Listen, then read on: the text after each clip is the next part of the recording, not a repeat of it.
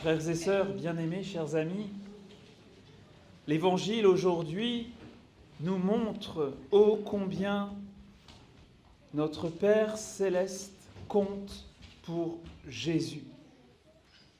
Il l'aime d'un amour au-delà de tout amour et par conséquent, il désire nous réconcilier, nous relier avec lui.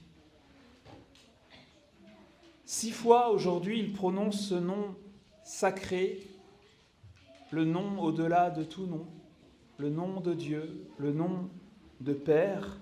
Jésus parle de lui, ce qui est une manière pour Jésus de nous appeler à revenir de tout notre cœur au Seigneur notre Dieu, comme déjà le faisaient les prophètes de l'Ancienne Alliance. Aujourd'hui, c'est Joël qui proclame « Revenez au Seigneur votre Dieu, car il est tendre et miséricordieux, lent à la colère et plein d'amour. » Le Seigneur Jésus est manifestement habité, il est passionné par le Père, mais habité au sens fort. « Croyez-m'en, dira-t-il jeudi saint, je suis dans le Père et le Père est en moi. » Saint Irénée de Lyon, le 2e évêque de cette ville au IIe siècle, écrivait ces mots que l'Église n'oublierait jamais. Ce qui était invisible du Fils était le Père, et le visible du Père était le Fils. Alors, comme vous avez jeûné toute la journée, vous avez peut-être l'esprit un peu mou, un peu ramolli, et l'heure n'est peut-être pas à la théologie, mais enfin, vous êtes capable de comprendre cette parole extraordinaire. Ce qui était invisible du Fils était le Père, et le visible du Père était le Fils. Mais que signifie pour Dieu, que signifie pour nous qu'il soit Père? Quelle est cette merveille, au-delà de toute merveille, que le Fils, distinct du Père, nous a fait connaître en se manifestant parmi nous et en nous enseignant, comme il l'a toujours fait? Eh bien voilà, de toute éternité, l'amour du Père se porte vers un autre, vers un Fils, son Fils, le Fils, celui qu'il désigne à 2 reprises durant la vie terrestre de Jésus, au baptême d'abord, puis lors de la transfiguration, par des termes très touchants, très profonds. Mon Fils bien-aimé. Comme l'a écrit le père jésuite Jean Gallo dans un livre publié dans les années 50, qui est une vraie merveille, livre intitulé « Le cœur du Père »,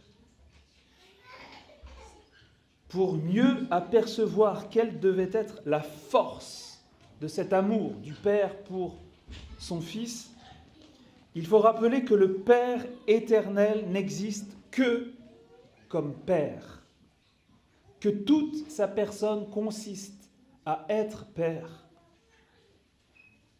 Un Père humain a d'abord été une personne avant de devenir Père. Sa paternité vient s'ajouter à sa qualité d'être humain et vient enrichir sa personnalité. Au contraire, dans la Trinité divine, le Père est Père dès l'origine. Il a toujours été Père et se distingue de la personne du Fils précisément parce qu'il est Père. Il est donc Père intégralement, dans une plénitude infinie de paternité. Il n'a de personnalité que paternelle et son cœur n'a jamais existé que comme cœur paternel. Il n'est que Père. Et c'est donc tout lui-même qui se porte vers son Fils pour l'aimer dans un élan où il engage à fond toute sa personne. Cet amour du Père pour le Fils est le plus grandiose qui soit, rien n'est plus sublime.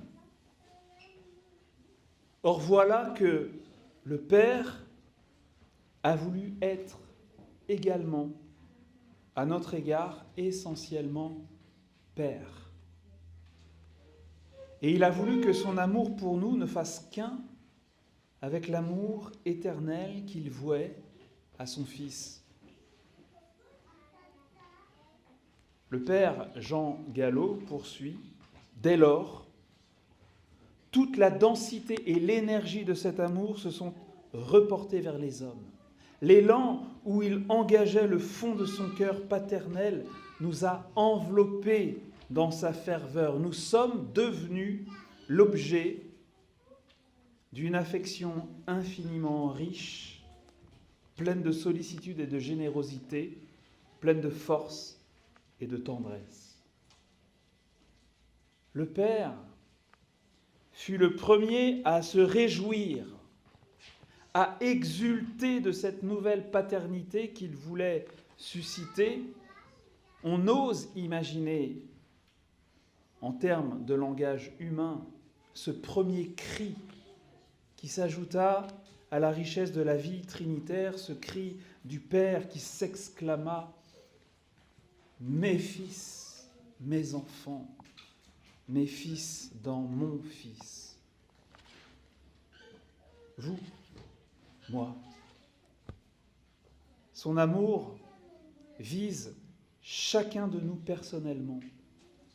Il se repose en quelque sorte sur chacun pour vouloir faire de lui individuellement un fils, une fille.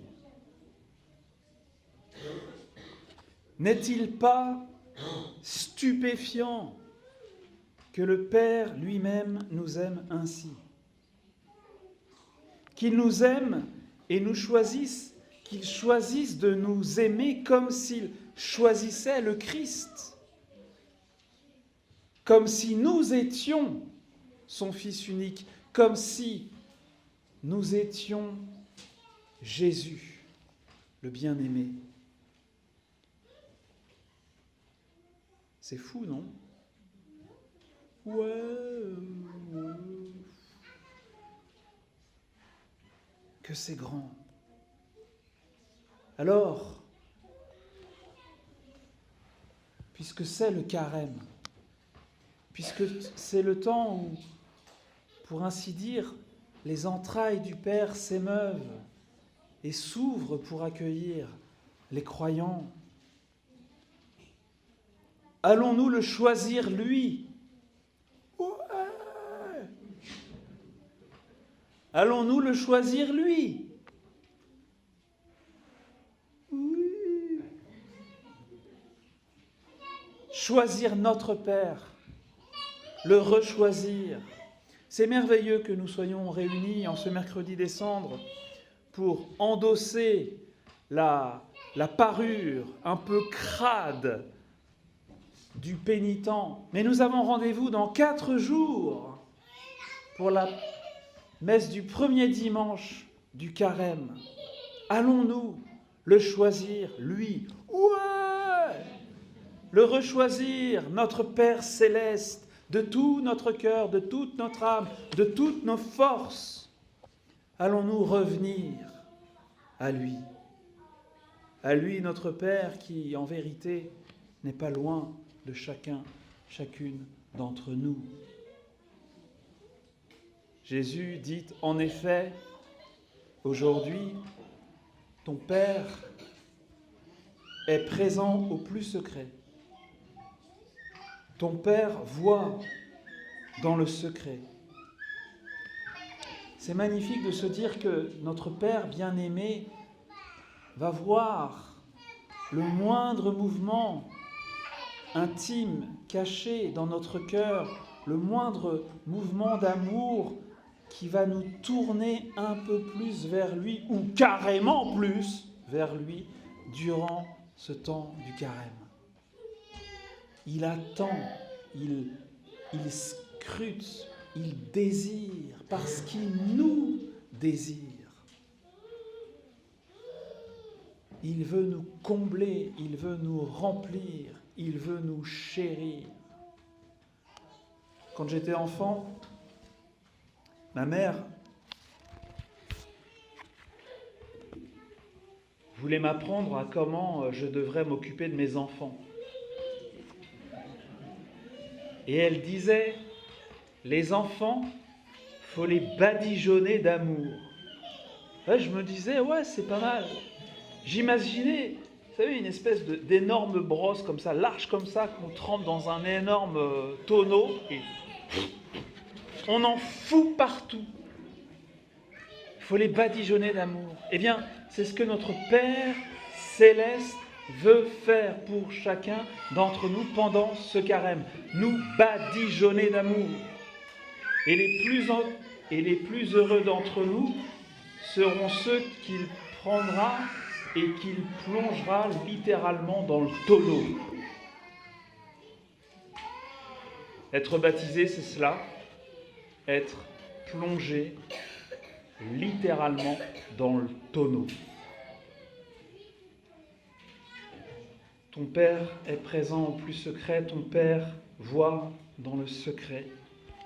Ce lieu secret, c'est bien sûr le lieu du cœur, le lieu très intense de l'intimité, le lieu très intime de l'intensité.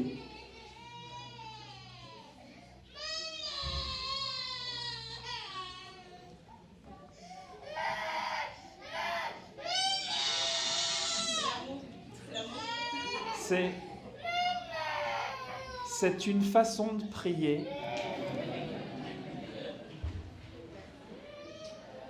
Non, je ne rigole pas.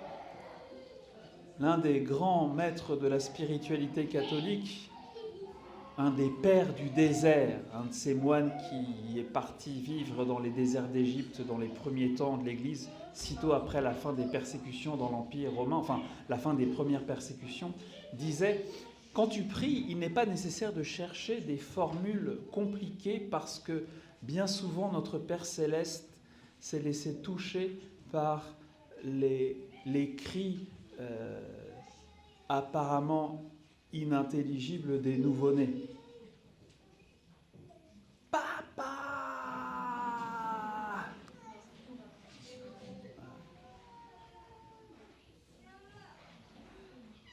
Quand vous priez, dites « Papa !» Vous n'êtes pas obligé de lui casser les oreilles. Ah voilà, tu vois. C'est ça, c'est compris. Par la grâce, dit notre jésuite Jean Gallo, l'intérieur du cœur humain est tout pénétré de la présence du Père.